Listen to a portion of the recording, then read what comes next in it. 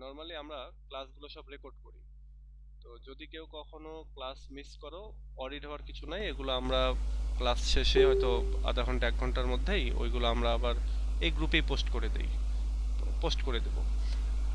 আর আজকের আজকের ক্লাসে আসলে বেশি কিছু পড়ানোর কিছু নাই। আজকে আমি তোমাদেরকে কিছু বলতে পারো যে হ্যাকস, ভালো রেজাল্টের কিছু হ্যাকস বা হচ্ছে টিপস ট্রিক্স যেটা বলে, তারপরে আরো বেশ কিছু জিনিস যেগুলো আমি আজকে তোমাদেরকে দিব। আর হচ্ছে পাশাপাশি এই সাউন্ড এখন শুনতে পাচ্ছ না? দু একজন হাই হ্যালো করো তো, শুনতে পাচ্ছ কিনা? হ্যাঁ, শুনতে পাচ্ছি। আচ্ছা, তো এটা হয়তো অন্য কোনো কারণে হচ্ছে। হ্যাঁ, এই যে আবার কলও দিচ্ছে এর ভেতরে একজন দুইজন।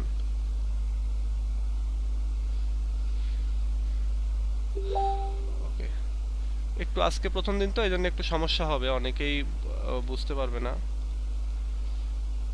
হুম,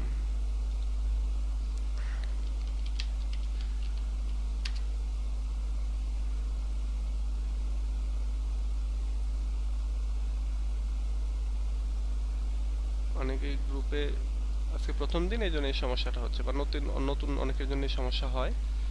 তো তোমরা এটাকে সফটলি নিও, দেখো। আচ্ছা চলো দেখি। এই দেখো, আমরা তোমাদের এই গ্রুপে কেবল 16 জন জয়েন করেছো, আমি সহ 17 জন। এবং আশা করতেছি যে এই মাস শেষে এটা 50 জনে চলে যাবে। মানে এই মাস বলতে ডিসেম্বর শেষে, এবং জানুয়ারি ফেব্রুয়ারির ভিতরে এখানে 100 বা 100-র উপরে চলে যাবে। তো এটা যে আমি বলতেছি, এটার একটা কারণ দেখাই তোমাদেরকে। এইটা নট শো অফ, হ্যাঁ, আমি জাস্ট তোমাদেরকে রিল্যাক্স করার জন্য যে না, আমরা একেবারে খারাপ জায়গায় আসি নাই। এটা হচ্ছে তোমাদের আগের বারের, তারপর থার্ড ইয়ার, তারপর ফোর্থ ইয়ার। দেখো, আমরা তোমাদের আগের যে ব্যাচ, যাদের এই যে পরীক্ষা সামনের মাস থেকে, তারা 123 জন বা 122 জন আছে এখানে। আরও কিছু ছিল, পরীক্ষার যেহেতু এখন সামনে চলে আসছে, অনেকে এখান থেকে লিভ নিয়েছে, এরকম আছে। তো এইটা, তারপরে মজা পাবা হচ্ছে থার্ড ইয়ারে দেখলে, থার্ড ইয়ারে 476 জন, এখানে টোটাল 600 জন ছিল। তো বিভিন্ন কারণে আমি কিছু হচ্ছে মানে প্রায় 1-150-র মতো আমি বাদ দিয়েছি ইরেগুলার হওয়ার কারণে। তো এখানে 476 জন। ফোর্থ ইয়ারে কিছুটা কম হয়, ফোর্থ ইয়ারে 122 জন। তো সব সময়ের জন্য ম্যাজিক্যালি যেটা হয় যে এই থার্ড ইয়ারে সবচেয়ে বেশি হয়। আর ফার্স্ট ইয়ার আমি এবছর থেকে পড়ানো বাদ দিয়েছি, আগের বছরে তো ফার্স্ট ইয়ারে পড়াইতাম। ফার্স্ট ইয়ারে যে জন্য পড়াই না, কারণ ফার্স্ট ইয়ারের সংখ্যা হয় কম, এই 30, 35, 32 এরকম। তো এই জন্য এই বছর থেকে বাদ দিয়ে দিয়েছি, যে ওই সময়টা আসলে নষ্ট হয়। আবার ফার্স্ট ইয়ারের ছেলেপেলে একটু কনফিউজ থাকে যে টিচারের কাছে পড়বো নাকি বাইরে কারো কাছে পড়বো। তো এটা সেকেন্ড ইয়ারেও কিছুটা থাকবে, থার্ড ইয়ারে উঠলে তোমরা বুঝে ফেলবা যে আসলে বাহিরে পড়াটাই শ্রেয় টিচারদের, ডিপার্টমেন্টের টিচারদের কাছ থেকে।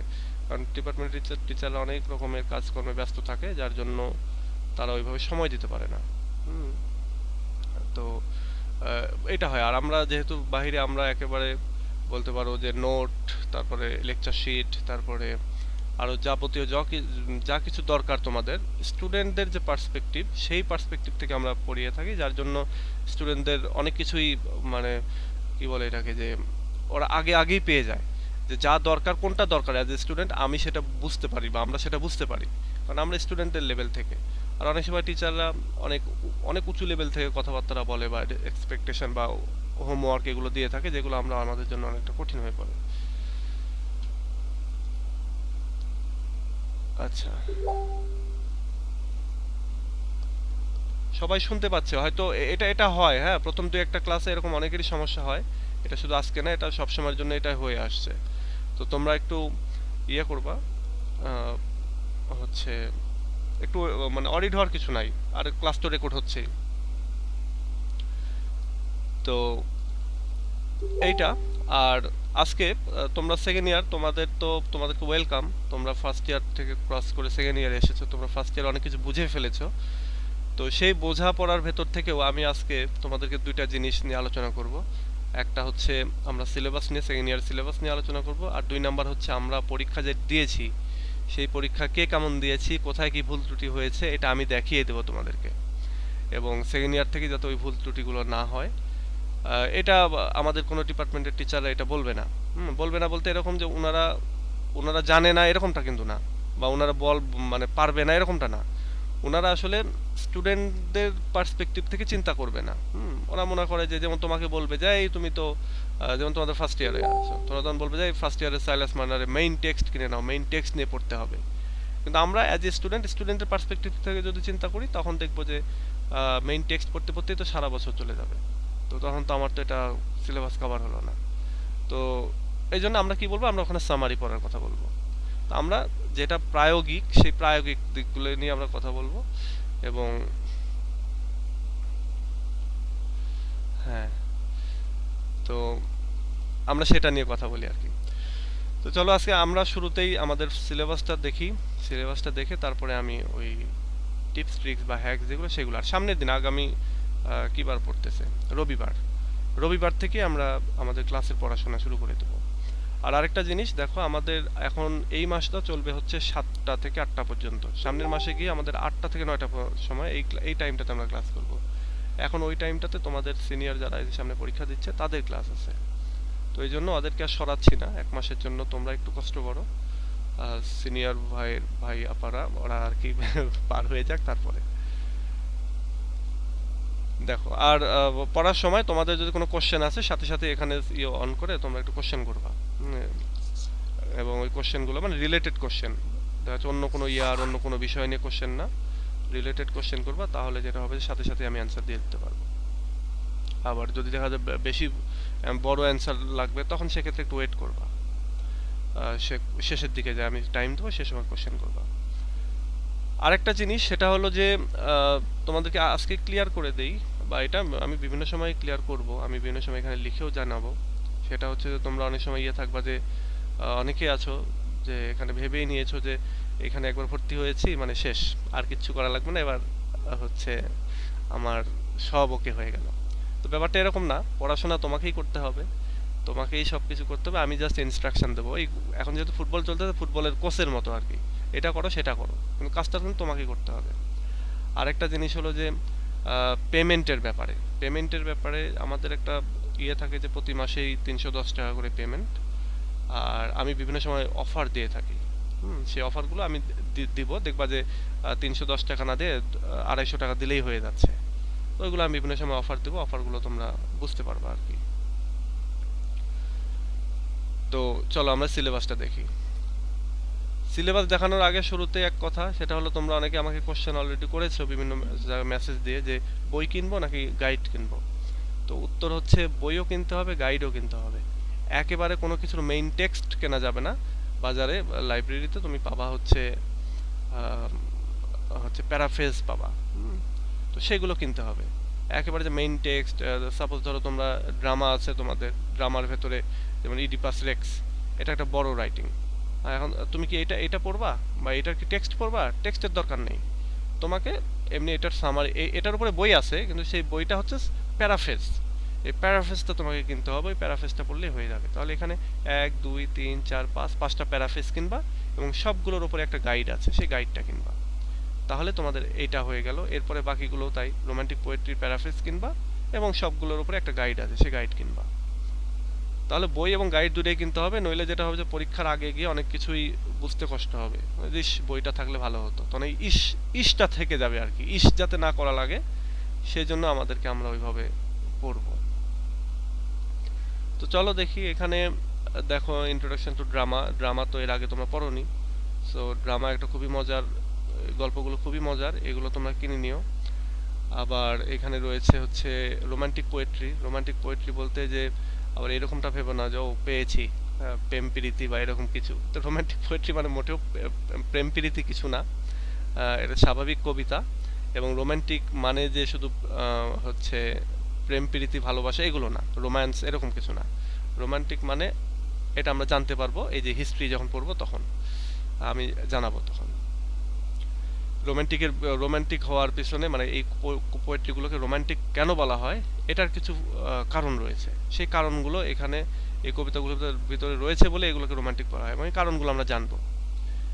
এরপরে রয়েছে advance reading and writing. Advance reading and রাইটিংটা হচ্ছে ফার্স্ট ইয়ারে তোমরা যে রিডিং এবং রাইটিং পড়েছো ওই দুইটারই একসঙ্গে, ওই একই জিনিস। ওইখানে যেটা পড়েছো 100 মার্কের রিডিং, এখানে ওইটারই অর্ধেক পড়তে হবে, ওই জিনিসগুলোই থাকবে। এবং একটু এদিক সেদিক আছে, তবে ম্যাক্সিমাম ওই জিনিসগুলোই। এবং ওইখানে এখানে ওই রিডিংটাই পড়তে হবে। তারপরে রাইটিংয়ে ওখানে যা পড়েছো এখানেও তাই, একটু কম, মানে 50 যেহেতু 50-50 এখানে 100, আর ওইখানে 100 200 ছিল। তো এই জন্য একই জিনিস, তোমরা ফার্স্ট ইয়ার অলরেডি কভার করে এসেছো, এই ইয়ারে একটু ইয়ে করলে হয়ে যাবে, এখানে ওয়ারিড হওয়ার কিছু নাই। তাহলে ড্রামা খুবই মজার ভেতর দিয়ে এটা পার হয়ে যাবা। তারপরে হ্যাঁ, স্ক্রিন শেয়ার করেছি তো, স্ক্রিন শেয়ার করেছি। শুরুর দিকে একটু সমস্যা হয় অনেকের, তোমরা তোমরা যদি স্ক্রিন দেখতে না পাও, 2-1 বার কেটে দিয়ে আবার জয়েন করো, তাহলে স্ক্রিন দেখতে পাবা। ড্রামা খুব মজা লাগবে, এটা খুব সহজ, ইজি ভাবে আমরা চিন্তা করব তাহলে ইজি। এরপরে রোমান্টিক পোয়েট্রি একটু কঠিন। অ্যাডভান্স রিডিং এন্ড রাইটিং কেমন তোমরা জানোই। সবচেয়ে অর্স যে সাবজেক্টটা সেটা হচ্ছে যে এই হিস্ট্রি অফ ইংলিশ লিটারেচার। এইটা থার্ড ইয়ারে যখন উঠবা তখন একটা সাবজেক্ট পাবা, সেটা হচ্ছে লিঙ্গুইস্টিক্স নাম। ভাষা বিষয়ে যাবতীয় সব কিছু ওখানে পাবা, লিঙ্গুইস্টিক্স। তো বর্তমানে ওইটা হচ্ছে পুরো অনার্স লাইফের সবচেয়ে কঠিন একটা পার্ট। বাট এর আগে যখন এইটা ছিল না, লিঙ্গুইস্টিক্স ছিল না, তখন সবচেয়ে কঠিন পার্ট ছিল হচ্ছে এই হিস্ট্রি অফ ইংলিশ লিটারেচার। তার মানে বোঝো এটা, এই জিনিসটা কি। তো এই ড্রামা, পোয়েট্রি, রিডিং, রাইটিং, এই তিনটা মিলিয়ে যতটা না কঠিন, হিস্ট্রি অফ ইংলিশ লিটারেচার ততটা কঠিন। তাহলে এই তিনটা মিলে 300, এই একাই মনে করো 300, মার্কসের দিক থেকে না, মানে এখানে আমরা যদি এই তিনটা মিলে যে টাইমটা দিতে হবে, এই একটাকেই সেই টাইমটা দিতে হবে। তো এইটা যখন আমরা পড়বো, এটার সাথে আবার এগুলো সব রিলেটেড। এইখান থেকে আমরা এগুলো সব রিলেটেড আমরা পাবো আর কি। তো এইটার ব্যাপারে খুব সিরিয়াস থাকতে হবে, এটার ব্যাপারে কোনো ছাড় নাই। এটার ব্যাপারে কেউ যদি রিল্যাক্স হও, এই যে ওকে হিস্ট্রি তো এই আর এমন কি, তাহলে দেখবা ধরা খেয়ে গেছে। এবং সেকেন্ড ইয়ারে তোমার অনেকেই থাকবে, 100 জনে মোটামুটি 40-45 জন থাকবা যে এটাতে ধরা খেয়ে যাবা। কেউ ফেল করবা, কেউ ইমপ্রুভমেন্ট আসবে, পরের বছর ইমপ্রুভ দিতে হবে, পরের বছরও গিয়ে ইমপ্রুভ হচ্ছে না, এরকমটা হবে। তো এইটার ব্যাপারে সচেতন থেকো। আবার যাদের ফ্রি হ্যান্ড রাইটিং এর দুর্বলতা রয়েছে, তারা এইখানে ধরা খাবা, রিডিং অ্যান্ড রাইটিং। আমি ভয় দেখানোর জন্য বলতেছি না, আমি জাস্ট রিয়েল যেটা বাস্তব সেটা বলতেছি। এবং ব্যাপারটা এরকম না যে আপনি ভয় দেখাচ্ছেন, ভয় দেখায় আসলে আমাদেরকে আটকে রাখার জন্য চেষ্টা করতেছেন, তো বিষয়টা এরকম না। বিষয়টা হচ্ছে আমি জাস্ট বলতেছি যে এই দুইটা বিষয়ে সতর্ক থাকতে হবে, এগুলোতে একটু বেশি টাইম দিতে হবে। এমন না যে এগুলোতে কেউ পার পায় না, এরকমটা তো না, অনেকে সবাই পার পাচ্ছে, সবাই পড়ে চলে যাচ্ছে, কিন্তু একটু সচেতন থাকতে হবে এগুলো পড়ার সময়। অ্যাডভান্স রিডিং অ্যান্ড রাইটিংও ফার্স্ট ইয়ারে পড়েছি, আচ্ছা ঠিক আছে, পরীক্ষার আগে 2 মাস পড়বো, তাহলে ধরা খাবা। এটা প্রথম থেকেই পড়তে হবে। History of English literature first, এটা তো হিস্ট্রি, আর এ আর এমন কি, তো এরকমটা করা যাবে না। আর এগুলো তো বাংলা, আমি এই বাংলাগুলো পড়াই না, তবে যদি সময় পাই তোমাদেরকে হয়তো সাজেশন দিব এবার। আরেকটা জিনিস সেটা হচ্ছে যে এইগুলোতে, এইগুলোর লেকচার শিট, এইগুলোর নোট, তারপরে শর্ট কোশ্চেন, এগুলো সব আমি আলোচনা করব। এবং লেকচার শিট এবং নোট তো দিবই, তোমরা সামনের দিন থেকে লেকচার শিট পেতে থাকবা। এবং ওই লেকচার শিট পেলেই তোমার মনে হবে যে আরে বই কেনা তো দরকারই ছিল না। হ্যাঁ, তো বইয়ের দরকার আছে, বই লাগেই, তো এই জন্য বই কিনতেই হবে, কিন্তু লেকচার শিটেই অনেকটা তোমার কভার করে যাবে। এটা আমি সামনের দিন থেকে দেওয়া শুরু করব। ওকে, তো এগুলো মার্কস ডিস্ট্রিবিউশন তো দেখেছোই। মার্কসের এগুলো অনেক সময় এদিক সেদিক হয়, অনেক সময় ইনকোর্সের মার্কস এর সাথে যুক্ত হয়, বাদ যায়, এই সেই। তো মার্কসের ব্যাপারে আমি কথা বলতেছি না, আমি জাস্ট এগুলো পড়ার ব্যাপারে কথা বলি। গ্রামার ভেতরে আছে ইডিপাস রেক্স, হ্যাঁ, অনেক সুন্দর একটা কাহিনী এগুলো। এটা হচ্ছে তোমার ক্লাসিক রাইটিং। ক্লাসিক রাইটিং হচ্ছে ধরো আজ থেকে যে খ্রিস্টপূর্বাব্দের রাইটিং যেগুলো, সেগুলোকে ক্লাসিক রাইটিং আমরা বলবো। আমাদের লিটারেচারে খ্রিস্টপূর্বাব্দের যে রাইটিংগুলো পাবো সেগুলোই হচ্ছে ক্লাসিক রাইটিং। এরকম আসতেছে কারণ হচ্ছে সে মিটিং পাসকোডটা ঠিকঠাক দিচ্ছে না। পাসকোডটা ঠিকঠাক দিলে এরকমটা আসবে না। কই গেল পাসকোডটা? কপি করে দিতে হবে, কারণ এই যে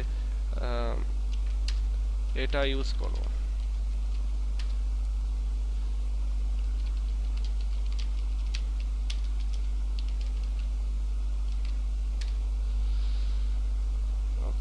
এই যে পাসকোডটা দেখো, এই যে একটা স্মল লেটার আছে, তারপরে এগুলো ক্যাপিটালাইজ করা আছে। এটা যদি ঠিকঠাক না দাও তাহলে হবে না, কাজ করবে না। আবার অনেক সময় এর আগে একটা স্পেস দিয়ে দেয় অনেকে, এটা করলেও কাজ করবে না।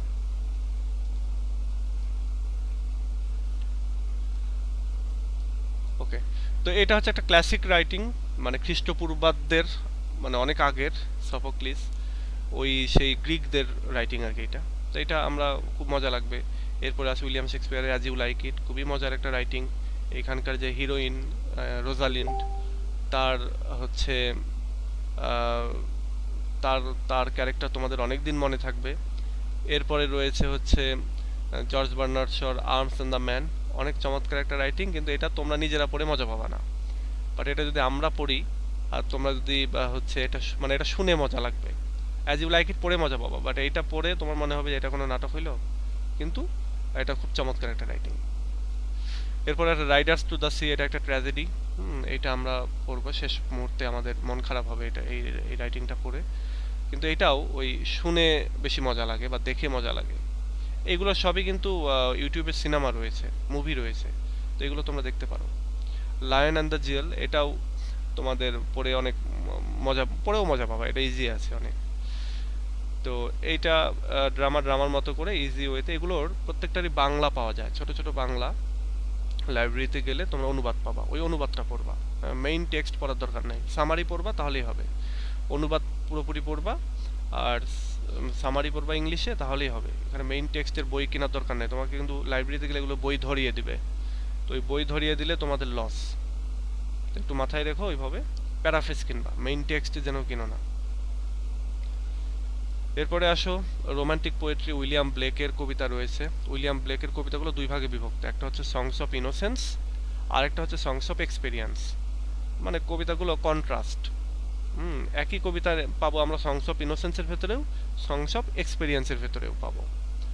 তো এইগুলো আমরা যখন পড়বো তখন এগুলো আমরা বুঝবো। এই যে দেখবা যে এই টাইগার নামে সংস অফ ইনোসেন্সেও আছে, সংস অফ এক্সপেরিয়েন্সেও আছে।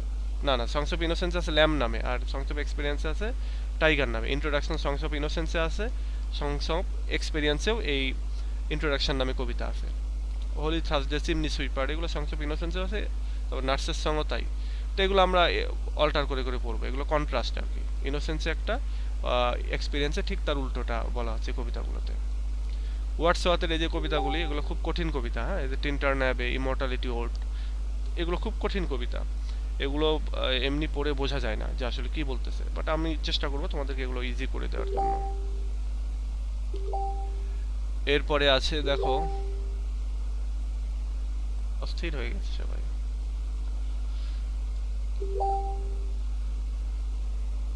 এরপরে আছে দেখো এসটি কলিন্সের the rime of the ancient mariner এবং কুবলা খান। এই দুটা খুবই চমৎকার কবিতা। রাইম অফ দ্য এনসিয়েন্ট ম্যারিনারের ঘটনা তো আমরা শুনেছি, সেই যে 9-10 ইন্টারমিডিয়েটে পড়তাম, রিঅ্যারেঞ্জমেন্ট করতাম, সেইগুলো, সেটাই এটা। এবং প্রায় 600-700 লাইনের কবিতা এটা। তো এগুলো মেইন টেক্সট পড়ার দরকার নাই, আমরা সামারি পড়বো। এটা তো অনেক বড়, তো এগুলো সামারি পড়লেই হয়ে যাবে। এই যে এই কবিতাগুলো অনেক বড়, এগুলোর সামারি পড়লেই হয়ে যাবে। এরপরে আসো ডন জুয়ান, এটাও একটা কবিতা। এটা হচ্ছে লর্ড বাইরনের একটা দুষ্টু মিষ্টু কবিতা। তো এই কবিতাটা পড়ে অনেক মজা পাবা, তো এইটাও আমরা পড়বো চমৎকার করে। এই আরে কে দেখো তো, এরকম হলে তো, এত হলে তো সমস্যা, একটু ওয়েট করতে হয়। এই জন্য আগে একটু ট্রায়াল দিতে হয়। আমি তো লিঙ্ক আরো আধা ঘন্টা 1 ঘন্টা আগে দিয়েছি।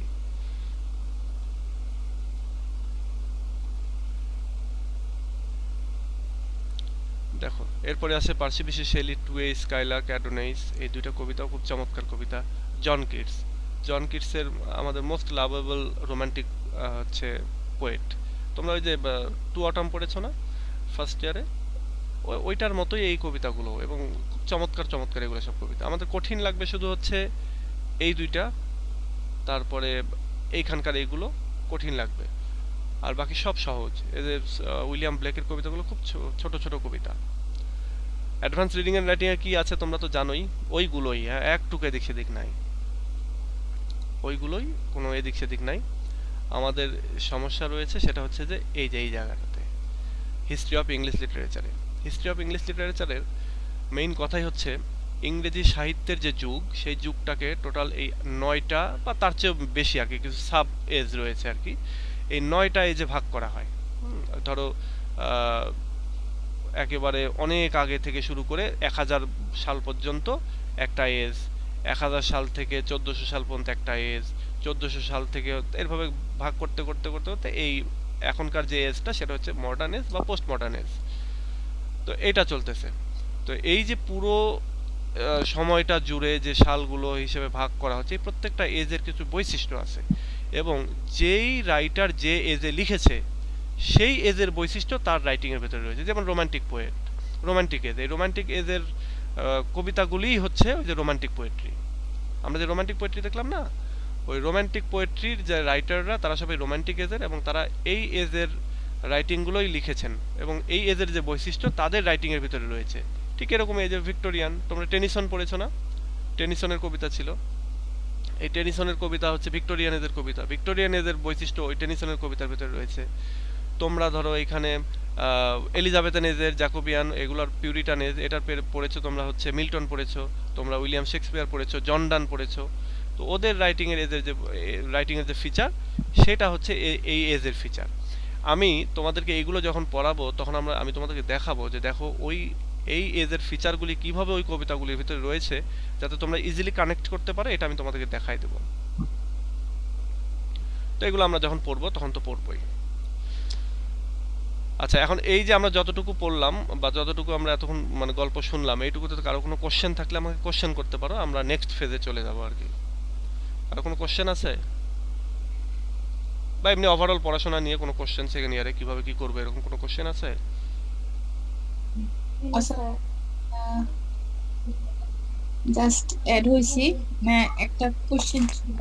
হ্যাঁ, আমাদেরকে যে তিনটা সাবজেক্টের জন্য অনুবাদ গ্রন্থটা কিনতে হবে, মানে অনুবাদ গ্রন্থটা মানে কতটুকু ইম্পর্টেন্ট সেকেন্ড ইয়ারের জন্য? বাংলা অনুবাদ।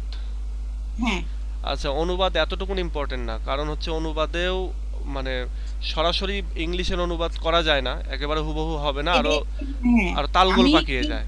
হুম। হ্যাঁ আর ওইটা তো আমি তো পড়ে দেবো, আমি বুঝিয়ে দেবো, সুতরাং অনুবাদ লাগবে না। আহ, না, অনেকেই বলতেছে যে অনুবাদ গ্রন্থ ছাড়া নাকি সেকেন্ড ইয়ার পড়াই যাবে না, অনেক মানে প্যারা দিতেছে আর কি। এখনো বইটই কিনি নাই, বললাম যে আগে ভাইয়ার ক্লাস অ্যাটেন্ড করে দেখি কি হয়, তারপরে বইটি কিনবো আর কি। আচ্ছা, আমি সামনের দিন থেকে তো পড়াবো, তোমরা দেখো 2-4টা বা 1 মাস বা হ্যাঁ 15 দিন ক্লাস করো, তারপরে বুঝবা যে কিনা লাগবে কিনা। আর সেকেন্ড ইয়ারে আমি টোটাল 150টা ক্লাস করাই। হ্যাঁ, এখন এই যে তোমাদের যে ইয়ারটা আছে এদের প্রায় মানে মিনিমাম 150টা হয়, 1 বছরে 150টা হয়। তো এই 150টা ক্লাসের পর আর কিছু দরকার হয় না, আবার অনেকবার রিভিশন হয়। সেকেন্ড ইয়ারের ক্লাস মানে সিলেবাসটা একটু ছোট হুম, তুলনামূলকভাবে, তো এই জন্য অনেকবার রিভিশন হবে। তো অনেক কিছু ইজি হয়ে যাবে, অনুবাদ গ্রন্থ বা এরকম ওইসব কিনতে হবে না। আচ্ছা, ঠিক আছে। না, একদম মানে অনেক বড় সিনিয়র ভাইয়ারা না, এক ওনারা একটা বলবে। সাবজেক্টের জন্য 4টা 5টা করে বই লিস্ট করতেছে কেনার জন্য। আমি অবশ্য এখনো কিছুই কিনি নাই, মানে আমি বললাম যে আগে ক্লাস টাস কইরা দেখি কেমন লাগে। আর আমরা তো হ্যাঁ, রেগুলার এইটাই। ভার্সিটিতে ক্লাস করতে পারি না, মানে কলেজে যাইতে পারি না, এই জন্য আর কি অনলাইনে ভরসা। হ্যাঁ, এই জন্যই আহ, ওই আমাদের সিনিয়র ভাইয়েরা পুরা এরা অনেকে অনেক কথা বলে থাকে। হ্যাঁ, আবার অনেকটা বিষয় আছে যে এই বইগুলো দেখতে খুব সুন্দর হয়, তো বইগুলো সাজানো একটা বিষয় থাকে, অনেকেই মনে করে যাচ্ছে আমার সব বই থাকা লাগবে। হ্যাঁ, হুম, তো এটা এটা যদি হয় যে আমি সাজিয়ে রাখবো, পরবর্তী জেনারেশনকে দেখাতে পারবো, তো তাহলে ওকে কিনতে পারো। আর যদি মনে হয় যে না, আমি হিসাব করে মানে যেগুলো দরকার সেগুলোই কিনবো, তাহলে একটু হ্যাঁ ওয়েট হ্যাঁ করো। এটাই। হ্যাঁ, তাহলে একটু ওয়েট করো। মানে শুধু প্যারাফ্রেজ কিনবো? হ্যাঁ, শুধু প্যারাফেজ কিনো, গাইড কিনতে পারো। আর আমি তো নোট দিয়েই দিব, ইনফ্যাক্ট অনেক গাইড লাগবেও না। আর এমনিতে গাইড থাকতে হবে আর কি, নইলে এমন হবে যে পরীক্ষার আগের রাতে ইস, এটা থাকলে আমার ভালো হতো। তো ওই যে বাংলা কোনো হুম, অনুবাদ কেনার দরকার নাই। আর বাংলা অনুবাদ ওই যে বললাম না, ড্রামার ক্ষেত্রে কিনে নিবা, ড্রামাগুলো অনুবাদ পড়লে অনেক হ্যাঁ ক্লিয়ার হ্যাঁ হবে। হ্যাঁ মানে কনসেপ্টটা ক্লিয়ার আর কি। অনেক সময় ইংলিশে পড়া হোল স্টোরিটা মানে হুম, হুম, টোটালি আয়ত্ত করা যায় না, ওই হুম, হুম। সময় অনুবাদ এইগুলা কাজে লাগে আর কি। হ্যাঁ। আচ্ছা, এরপরে আর কোনো কোশ্চেন আছে কারো? না, আর কোনো কোশ্চেন নাই। নেক্সট দেখি কজ আমি ড্রাম। আচ্ছা ভাইয়া, ক্লাসের রেকর্ড পাবো না? কজ হ্যাঁ, আমি হ্যাঁ, আধা রেকর্ড ঘন্টা পাবা। পরে আসছি। এই যে রেকর্ড হচ্ছে, একেবারে এ টু আচ্ছা, জেড প্রতিদিন রেকর্ড হয়, প্রত্যেকটা ক্লাস পাবা, যতবার ইচ্ছা দেখতে হ্যাঁ পারবা। কজ আসলে জাতীয় ভার্সিটিতে পড়ে তো লজ্জা শরমের কিছু নেই, আমরা অনেকে বিবাহিত, বাচ্চা কাচ্চা আছে, ফ্যামিলি আছে। তো সঠিক সময়ে ক্লাসে আসা, ক্লাস অ্যাটেন্ড করা, এগুলো ঝামেলার জন্য আমরা হ্যাঁ, কলেজেই যাই না। হ্যাঁ, এই এটা জন্য মানে রেকর্ড থাকলে আমাদের জন্য অনেক অনেক বেশি উপকার হয়, আমরা যে কোনো সময় ক্লাসটা দেখে নিতে পারি আমাদের ফ্রি টাইমে, এরপরে আমাদের পড়াশোনাগুলো আমরা হ্যাঁ, ঝালাই করে এটা নিতে দেখো পারি। আমি তোমাদেরকে আরেকটা বলি, রেকর্ড তো থাকেই, আমি তোমাদেরকে এখানে দেখাই। এটা তোমাদের ঠিক আগের বছরটা, হ্যাঁ, তোমাদের সিনিয়র ইনারাই এখন সামনে সামনে মাস থেকে পরীক্ষা। এই যে এখন ওদের রিভিশন চলতেছে, রিভিশনটা হচ্ছে হিস্ট্রির রিভিশন হচ্ছে। তো এই দেখো আমরা হুম। ক্লাসগুলো কিভাবে সাজিয়ে রাখি। 147 নম্বর পর্যন্ত ক্লাস চলেছে, মানে আরো প্রায় 20-30টা ক্লাস হবে। এই ক্লাস নাম্বার দিয়ে সার্চ করলেই পেয়ে যাবা, ক্লাস 1, ক্লাস 2, ক্লাস 3 এভাবে। মাশাআল্লাহ। তো এইভাবে সাজানো থাকবে সব, যেখানেই থাকুক তোমরা পেয়ে যাবা। এই যে এরকম ভাবে বিভিন্ন ইয়ে তো শেয়ার করেই থাকি, তারপরে অনেক নোট টোট শেয়ার করি, সবই করি। এই যে এইভাবে নোট তোমরা পাবা। তোমার এগুলো এগুলো তোমাদের ভেতর থেকেই তোমরা অনেকেই দেখা যাচ্ছে একটা নোট করেছো, গ্রুপে পোস্ট করবে, আমি দেখে দেবো। এরকম ভাবে সাজানো আচ্ছা। গোছানো সব। ক্লাস করো, বুঝতে পারবা। আচ্ছা, আর কারো কিছু বলার আছে? ইসমাইল হোসেন কিছু বলতে চাও?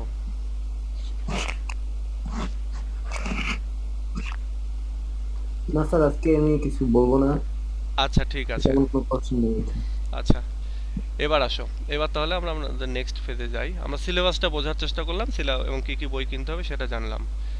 এবার আসো, গত পরীক্ষা যেটা দিয়েছো ফার্স্ট ইয়ারের, এই পরীক্ষায় আমরা মেলাবো যে আমরা কি কি ভুল ভ্রান্তি করেছি, আমার রেজাল্টটা কেন খারাপ হতে পারে।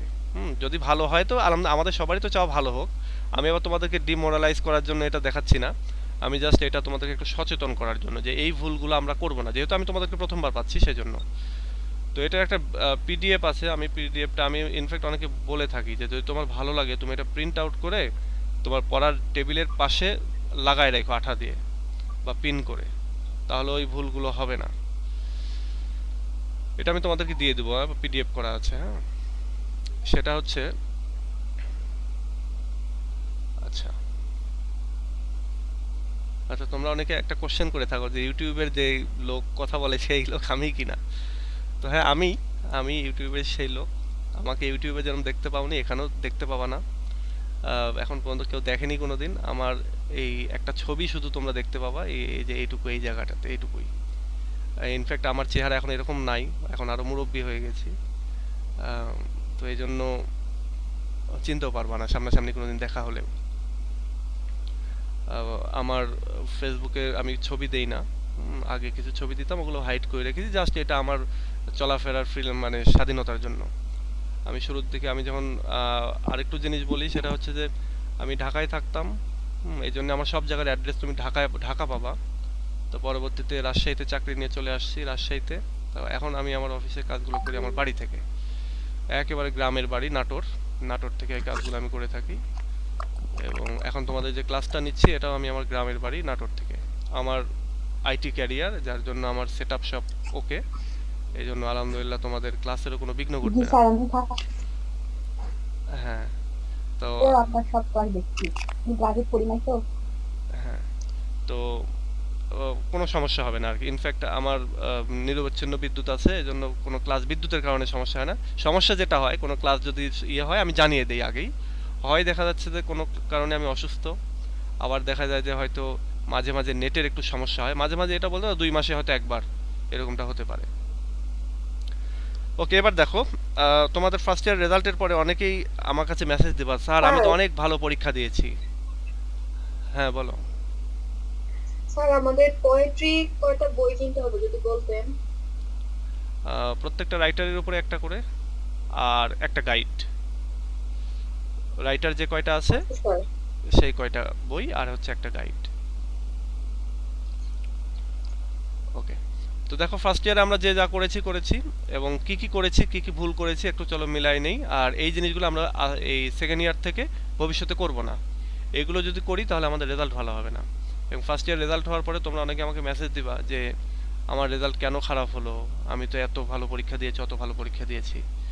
তো ওই অত ভালো পরীক্ষা দেওয়ার ভেতরেও কিছু ভুল থাকে, সেই ভুলগুলো এখানে দেখো। আমি টোটাল এখানে 21টা ভুলের লিস্ট করেছি। এটা আমি সব ইয়ারকে সচেতন করি আগে। যেমন ধরো একটা প্রথম কথাটা হচ্ছে যে প্রশ্নের ভালো অ্যান্সার করতে পারিনি। হুম কেউ যদি বলে যে আমি ভালো অ্যান্সার করেছি, ধরো আমার প্রথম কথাই হচ্ছে যে ভালো অ্যান্সার করতে পারোনি। দ্বিতীয় কথা, তুমি যদি বলো যে না আমি ভালো অ্যান্সার দিয়েছি, তখন আমি বলবো যে উত্তর ছোট হয়ে গেছে। হ্যাঁ, অথবা টাইম ম্যানেজ করতে পারোনি তুমি। টাইম ম্যানেজ ব্যাপারটা এরকম যে তোমাদেরকে একটা হিসাব দেখাই দিই। আমরা প্রতিটা প্রতিটা মার্কের জন্য, সিঙ্গেল একটা মার্কের জন্য আমরা 3 মিনিট করে সময় পাবো। হ্যাঁ, একটু মাথায় রেখো, আমরা 3 মিনিট করে সময় পাবো। সেই হিসাবে আমরা এক একটা ব্রিফ কোশ্চিনে পাবো হচ্ছে 3 মিনিট, পার্ট এ এর যে কোশ্চেন। এক একটা শর্ট কোশ্চিনে আমরা পাবো 12 মিনিট পার্ট বি এর, এবং এক একটা ব্রড কোশ্চিনে আমরা পাবো হচ্ছে 30 মিনিট করে। তো এই জায়গাগুলোতে আমরা 2-1 মিনিট করে কম করে লিখবো সবসময়, কারণ আমাদের রিভিশন দেওয়া লাগবে। ওই দেখা যাচ্ছে 12 মিনিটেরটা আমরা 10 মিনিটে শেষ করার চেষ্টা করব, ওই 30 মিনিটের ব্রড কোশ্চেনটা আমরা লেখার চেষ্টা করবো 27-28 মিনিটে। হ্যাঁ, এবং প্রত্যেকটাই উত্তর ছোট হয়ে যাবে এরকমটা করব না, আমরা একটু চেষ্টা করব যে আমাদের উত্তরটা যেন বড় হয়। হ্যাঁ, আবার হাবিজাবি লিখবে এরকমটা না, আমাদের ফ্রি হ্যান্ড রাইটিং এর কোয়ালিটিটা বাড়াবো। ফ্রি হ্যান্ড রাইটিংটা যদি বাড়াতে পারো তাহলে দেখবা যে অনেক কিছু তোমরা কোপ আপ করতে পারতেছো। হ্যাঁ, অনেক সিচুয়েশন তোমরা ট্যাকেল করতে পারতেছো। সিচুয়েশন কেমন? ধরো তুমি প্রশ্ন পড়ে গেছো 5টা, হচ্ছে তোমার কমন পড়েছে 4টা, লিখতে হবে আরেকটা কিভাবে লিখবা? তো ফ্রি হ্যান্ড যদি তোমার জানা থাকে, গল্প জানা আছে, তুমি বানিয়ে লিখতে পারবা। তো এই জন্য উত্তর ছোট হওয়াও যাবে না, আবার আলতু ফালতু লিখে যে অনেক বড় করবা সেটাও না। আবার টাইম ম্যানেজ করাও শিখতে হবে। এই জন্য আগে থেকে যা পড়ো লিখতে হবে। আর তোমরা এটা অনেকেই ফেস করেছে ফার্স্ট ইয়ার পরীক্ষা দিতে গিয়ে, যেহেতু আগে লিখো নাই, না লিখার কারণে, লেখালেখি না করার কারণে পরীক্ষার হলে গিয়ে কোনোটা লাগতেছে 35 মিনিট 40 মিনিট, কোনোটা আরও বেশি, কোনোটা দেখা যাচ্ছে যে লাস্টে গিয়ে সময় পাচ্ছ না।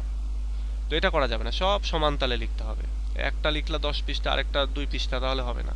সব 4-5 পৃষ্ঠা এরকম করে লিখতে হবে। স্যার এরপর হ্যাঁ, স্যার আমরা যদি নিজেদের ভাষায়, অর্থাৎ যদি কমন কিছু ওয়ার্ড দিয়ে লিখি, ধরেন বইয়ের যে ভাষা স্ট্যান্ডার্ড ওয়ার্ড, ওরকম হবে না। ওরকম ছাড়া ফ্রি হ্যান্ড রাইটিং ভালো, কিন্তু লিখতে পারলাম 4-5 পেজ লেখা সম্ভব, তাহলে কি স্যার নাম্বার পাবো? হ্যাঁ, ফ্রি হ্যান্ড রাইটিংই তো লিখতে হবে। এই ইংরেজি সাহিত্য পড়ার উদ্দেশ্যটা কি? ভাষা শিক্ষা করা, অন্য কোনো শিক্ষা করা। তুমি ওই ইংরেজি সাহিত্য পড়ে যখন অনার্স মাস্টার্স কমপ্লিট করে যাবা, একটা চাকরি নিতে যাবা, তোমাকে কেউ বলবে না যে মানে শুরুতে চাকরির পরীক্ষার জন্য তো বলবে যে উইলিয়াম শেক্সপিয়ারের জন্মসাল কত, উইলিয়াম শেক্সপিয়ার কে ছিলেন, এগুলো। বাট এর পরবর্তীতে জীবনে কেউ জিজ্ঞাসা করবে না যে তুমি সাহিত্যে কেমন করেছো, কেমন পড়েছো, কি কি, এগুলো কেউ জিজ্ঞাসা করবে না। শুধু জিজ্ঞাসা তোমাকে করা হবে কি, তুমি লিখতে কেমন পারো। মানে তুমি লিখতে কেমন পারো এরকম তোমার সিচুয়েশন আসবে, তুমি বলতে পারতেছো কিনা, পড়তে পারতেছো কিনা, এই জিনিসগুলো।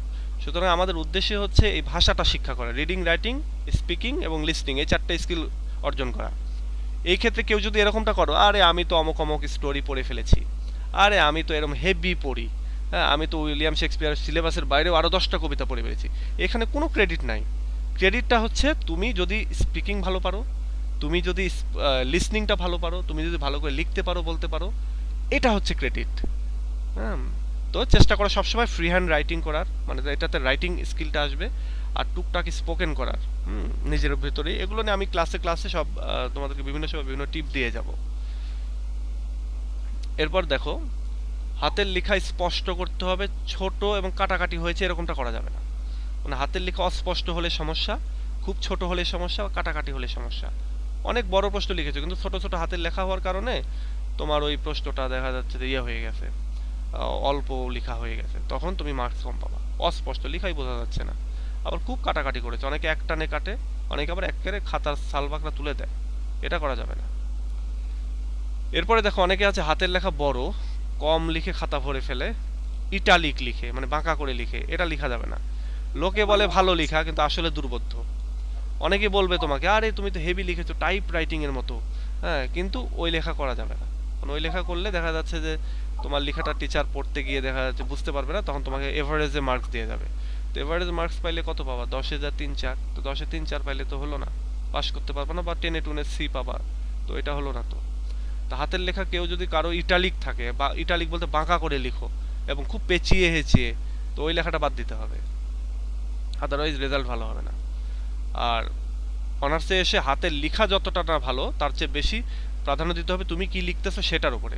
হাতের লেখার কথা ভুলে যাও যে আমার হাতের লেখা খারাপ, আমি একটু অমুকের মতো লিখতে পারি না, তো এটা এটা কোনো দামই নাই এখানে, হ্যাঁ, হাতের লেখা তো তোমাকে মার্কস দিবে না। হ্যাঁ আছে অনেক, 100তে হয়তো 2জন 5জন টিচার আছে যাদের হাতের লেখা ভালো, যে সকল টিচারের, তারা আবার হাতের লেখার দাম দেয় যে ও আমাকে হাতের লেখা ভালো।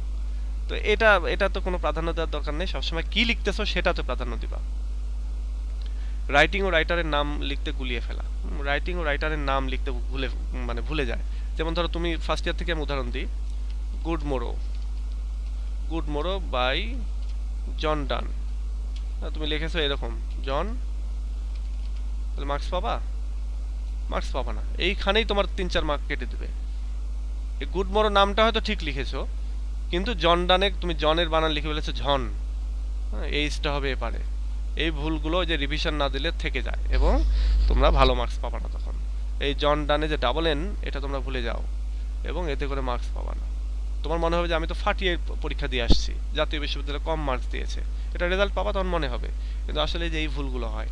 তো রাইটিং এবং রাইটারের নাম, গুড মোরো এখানে হয়তো একটা আর দিয়ে ফেলেছো, রিভিশন দিলে এগুলো খুঁজে পাওয়া যায়। তো এইগুলো তোমাদেরকে মানে ভুল করা যাবে না, এগুলো ভুল করলেই মার্কস শেষ। এরপরে দেখো নামের বানান ভুল, অন্যান্য ওয়ার্ডের বানান ভুল। মানে ওই যে যেটা বললাম, অনেক সময় রাইটিং ও রাইটারের নাম কি, ধরো তুমি লিখতেছো সনেট 18, নাম লিখে দিয়ে আসছো জন মিল্টন, অথবা তুমি লিখতেছো হচ্ছে তোমার মনে আছে কিন্তু তোমার কলম আর মানে মাথার যে কানেকশন, এই কানেকশনের কারণে ভুল হয়ে গেছে, তুমি গুড মোরো লিখে উইলিয়াম শেক্সপিয়ার লিখে বসে আছো। তো এটা করা যাবে না। টু অটম লিখে জন কিটস না লিখে তুমি লিখে বসে আছো জন ডান। কিডস, তুমি জন কিডস, জনটাও ঠিক লিখেছো, কিডসের জায়গায় ডান লিখে বসে আছো। তো এই ভুলগুলো হলে মার্কস পাবা না। নামের বানান ভুল করা যাবে না, অন্যান্য ওয়ার্ডেরও বানান ভুল করা যাবে না। মানে ব্যাপারটা এরকম না যে আমি একটা সেন্টেন্স লিখতে গিয়ে ইম্পর্টেন্ট কিছু ওয়ার্ড থাকে না, যেমন রাইটারের নাম, রাইটিং এর নাম, কোনো সাল, হ্যাঁ, বা কোনো একটা ভেতরে কোনো একটা টপিক, এই জিনিসগুলোতে কোনো বানান ভুল করা যাবে না। প্যারার প্রথম লাইনগুলোতে গ্রামারের মিস্টেক, অনেক সময় অনেকে গ্রামার হচ্ছে লিখে থাকো, লিখতেছো, লিখতে গিয়ে প্রতিটা হয়তো একটা প্রশ্নে তুমি 5টা প্যারা দিয়েছো, 5টা প্যারার প্রত্যেকটা প্যারাতেই মানে 5টা প্যারার ভেতরে দেখা যাচ্ছে 3টা প্যারারই প্রথম সেন্টেন্সের গ্রামারের ভুল। টিচাররা কি দেখে, খাতা দেখতে গেলে সব লাইন তো পড়ে না, প্যারায় প্যারায় গিয়ে প্রথম লাইনটা দেখে, তো প্রথম লাইনেই তোমার গ্রামার ভুল। তো এরকম বারবার দেখতে দেখতে একটা সময় এভারেজে মার্কস দিয়ে চলে যায়, তো 10-এ তোমাকে 5 মার্ক দিয়ে বা 4 মার্ক দিয়ে চলে গেল। তো 4-5 পেলে তো ভালো রেজাল্ট হলো না। তো এই জন্য প্যারার প্রথম লাইনের গ্রামারটা ভালো করে চেক করতে হবে যে এই গ্রামারটা যেন ভুল না হয়। কালার পেন্সিল ইউজ করে টিচারের রোশানলে পড়া যাবে না।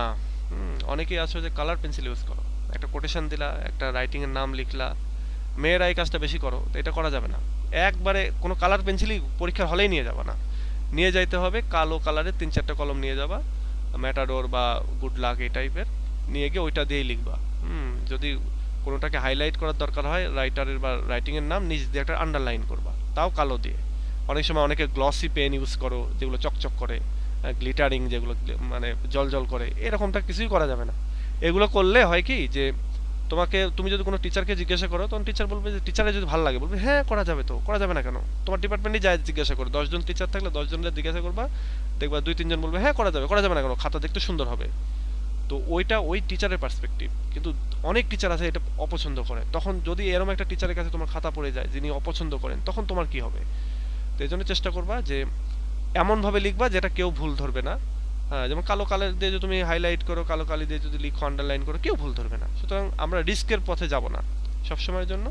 দেখা যাচ্ছে যে একজন টিচার ওটা অপছন্দ করে আর তোমার খাতাটা ওই একজনের কাছেই গেল, তখন কি করবা?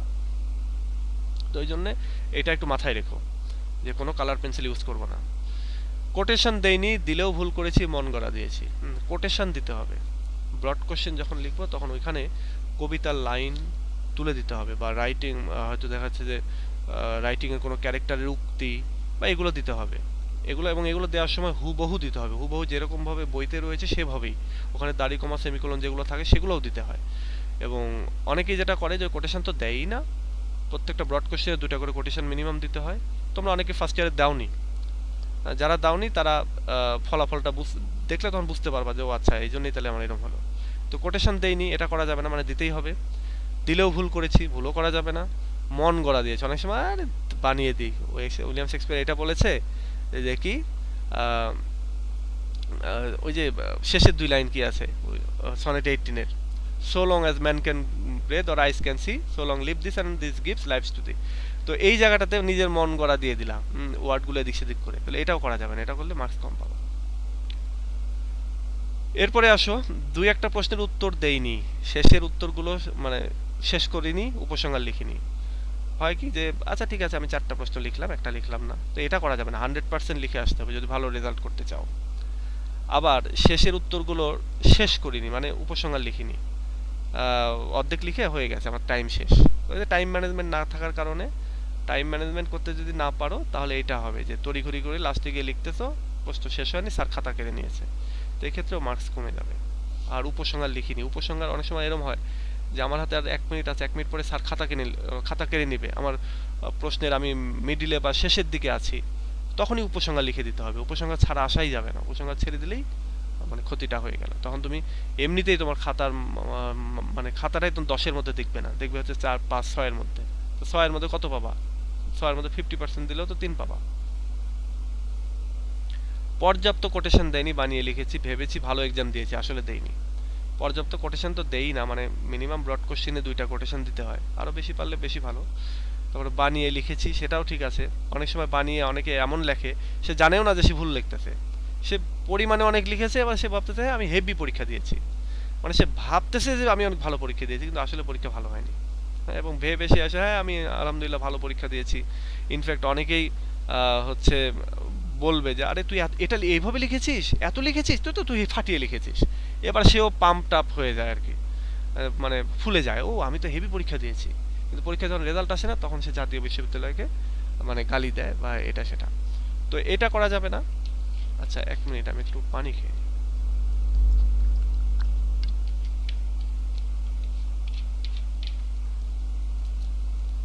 তো এটা করা যাবে না, মানে তুমি কেমন লিখেছো এটা তোমাকেই জাজ করতে হবে যে আমি পরীক্ষা খাতায় আসলে ভালো লিখলাম না খারাপ লিখলাম, এবং এইটা জাজ করার যে হচ্ছে ইন্টেলিজেন্স সেটা তোমার ভেতরে থাকতে হবে, এই ট্যালেন্টটা থাকতে হবে। প্রথম বর্ষে ফার্স্ট ক্লাস পেয়েছি বলে ধরেই নিয়েছি এবারও হেসে খেলে 3 পয়েন্ট পেয়ে যাব। প্রথম বর্ষে আমরা 3+ অনেকেই পাবো, পরীক্ষার দিয়ে আসার পরে আমরা অনেকেই পাবো, এবং অনেকেই ধরেই নেবো আরে ব্যাপার না ওইভাবেই পড়বো এবারও সেকেন্ড ইয়ারেও, এবং হেসে খেলে আবারও 3+ পয়েন্ট পাবো। কিন্তু ফার্স্ট ইয়ার এবং সেকেন্ড ইয়ার দুইটা কিন্তু দুই জিনিস, সেকেন্ড ইয়ারে হিস্ট্রি আছে, সুতরাং এখানে হেসে খেলে পার পাবা না, দেখবা হিস্ট্রি পড়তে গেলে মাথার তার ছিঁড়ে যাবে। তো যদিও আমি যেহেতু নোটগুলো দিয়েই দিব সুতরাং তার কম ছিঁড়বে, কিন্তু একটু চেষ্টা করিও যে সচেতন থেকে পড়তে হবে, অসচেতন হলে সমস্যা। আর ফার্স্ট ইয়ারের চাইতে বেশি সময় দিতে হবে এখানে। বাংলা এক্সামগুলো ভালো হয়নি, বাংলা এক্সামগুলো ভালো দিতে হবে। ফার্স্ট ইয়ারে যেমন দিয়েছো ভালো, সেকেন্ড ইয়ারেও বাংলা এক্সামগুলোতে ভালো দিতে হবে। বাংলা এক্সামগুলোতে তোমার ভালো মার্কস পেলে এগুলো টোটাল ওভারঅল গ্রেড পয়েন্টটাকে সামনের দিকে নিতে হেল্প করে। অন্যের ভালো এক্সামের কথা শুনে ভেবেছি আমিও ভালো রেজাল্ট করব। বান্ধবীকে জিজ্ঞাসা করে তুই এটা কিভাবে লিখেছিস, এইভাবে, আরে আমিও তো এইভাবে লিখেছি, ও গুড, তাহলে অমক ভালো পাবে আমিও ভালো পাবো। এবং দেখা গেল যে অমক ঠিকই ভালো পেয়েছে কিন্তু আমি খারাপ করেছি। আমি কেন খারাপ করেছি? ওই গ্রামারের ভুল হয়েছে, প্রথম মানে প্যারার প্রথম লাইনগুলোতে গ্রামারের ভুল হয়েছে, তারপরে রাইটারদের বা রাইটিংয়ের নামের বানান টানান ভুল করেছি, তো এটা করা যাবে না। লুজ শিট ভালোভাবে অ্যাটাচ করে নি, হ্যাঁ লুজ শিটটা ভালোভাবে অ্যাটাচ করতে হয়, এটা না করলে, এটা তোমরা এসএসসি ইন্টার সব কিছুতে তো জানোই, কিন্তু তারপরে একটু স্মরণ করিয়ে দেয়া, লুজ শিট অ্যাটাচ করা, লুজ শিটের নাম্বারটা ভালো করে দেয়া, এগুলো না করলে অনেক সময় সেই খাতাগুলো হারিয়ে যায়। জাতীয় বিশ্ববিদ্যালয় এটা হারিয়ে যাবে। এটা হচ্ছে তোমার অন্য কোনো বোর্ড না যে রাজশাহী বোর্ড, ঢাকা বোর্ড একটা অঞ্চল নিয়ে কাজ করে, তা না, এটা সারা বাংলাদেশ নিয়ে, সুতরাং এখানে খাতা হারিয়ে যায়। রিভিশন দেয়নি, খাতার প্রশ্নের নাম্বারগুলো দিয়েছি কিনা চেক করিনি। রিভিশন না দেয়া একটা মারাত্মক ভুল। শেষে গিয়ে 10 মিনিট বা 12 মিনিট বা 15 মিনিট রিভিশন দিতে হয়, এবং রিভিশন কি দিতে হয়, কি কি রিভিশন দিতে হয় এটা আমি বিভিন্ন সময় বলে দেবো আর কি পড়াতেই।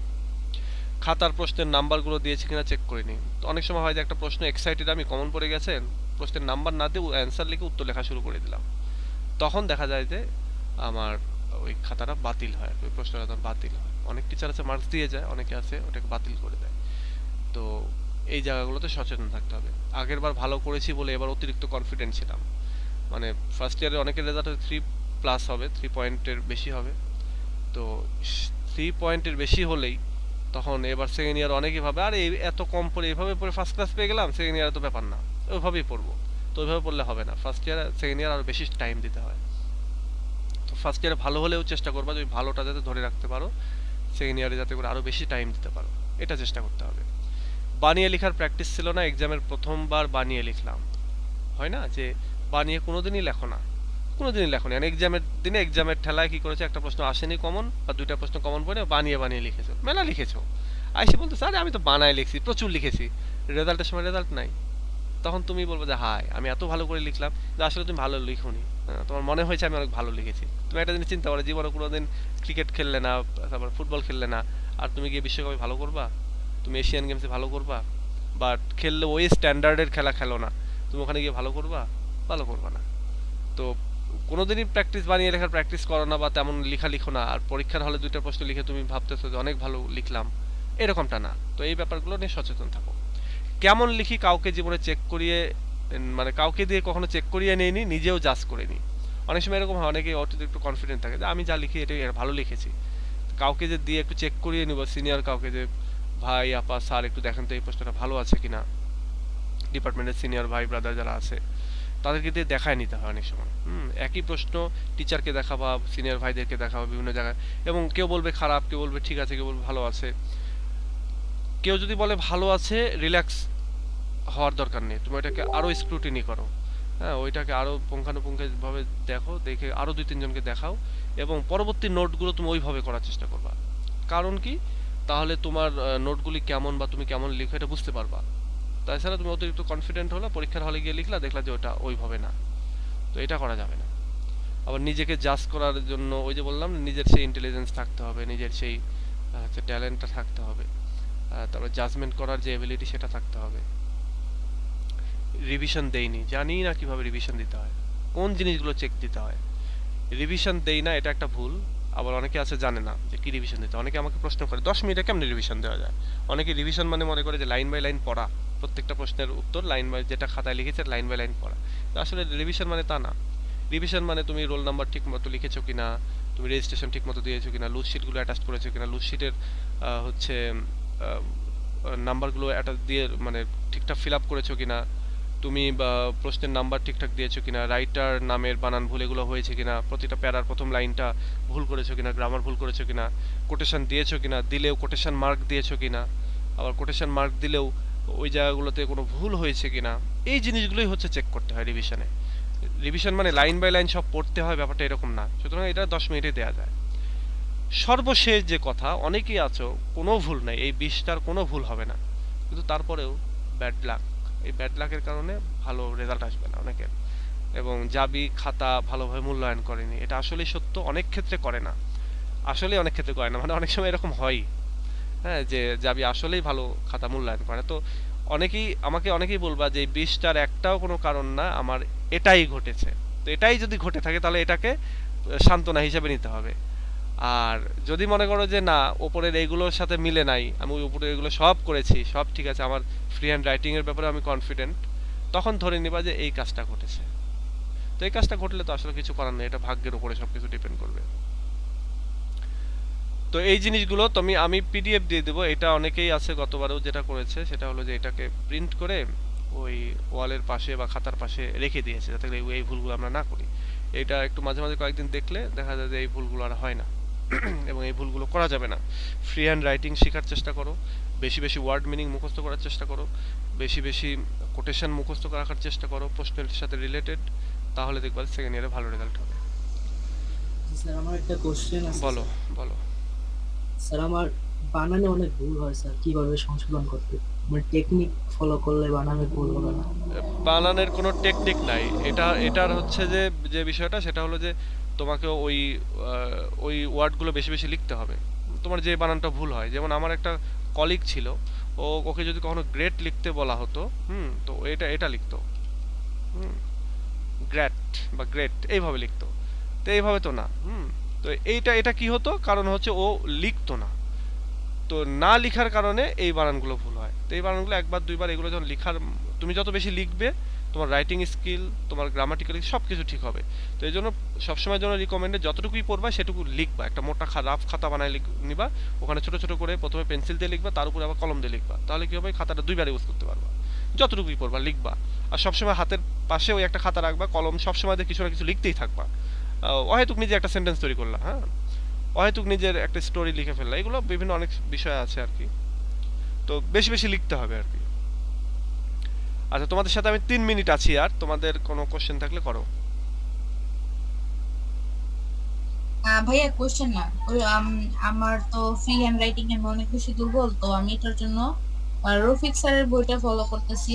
মানে এখানে তো অনেক ওয়ার্ড দেওয়া, ওয়ার্ডের বিভিন্ন ফর্ম দেওয়া, নাউন, ভার্ব, অ্যাডজেক্টিভ, এগুলো করতেছি, মানে পড়ার চেষ্টা করতেছি। এটা হেল্প করবো না ভাইয়া? কারণ আমার ফ্রি হ্যান্ড রাইটিং খুবই খারাপ, আমি মুখস্থের উপর নির্ভর করে আচ্ছা, পরীক্ষা দিছি এবার। ফ্রি হ্যান্ড রাইটিং এ তোমাদের রফিক স্যারের বই ভালো। রফিক স্যার কিন্তু আমার বন্ধু, বুঝছো, আমরা একই সাথে রাজশাহীতেই। তো এই রফিক স্যার ভালো ভালো, তার যে ইয়েটা আছে, বইটা আছে, এটা খুব চমৎকার বই, তোমরা এটা সংগ্রহে রাখতে পারো। আর আরেকটা জিনিস হচ্ছে যে যত লিখবা তত ফ্রি হ্যান্ড রাইটিং আসবে, না লিখলে কোনো বই, কোনো প্যারাসিটামল, কোনো কিছুই কাজ করবে না। ইনফ্যাক্ট এই যে আমার একটা কোর্স আছে, ফ্রি হ্যান্ড রাইটিং এর একটা কোর্সও আছে, এখন এবছর 25 জন এটা করতেছে ফ্রি হ্যান্ড রাইটিং এর। এই কোর্সটাও তোমরা জয়েন করতে পারো নেক্সট ব্যাচগুলোতে, যখন আবার করাবো সেগুলোতে তোমরা জয়েন করতে পারো।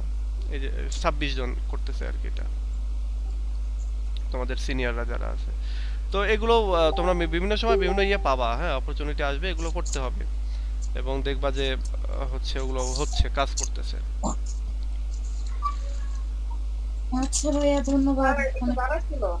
আচ্ছা, আর কারো কিছু বলার থাকলে বলো।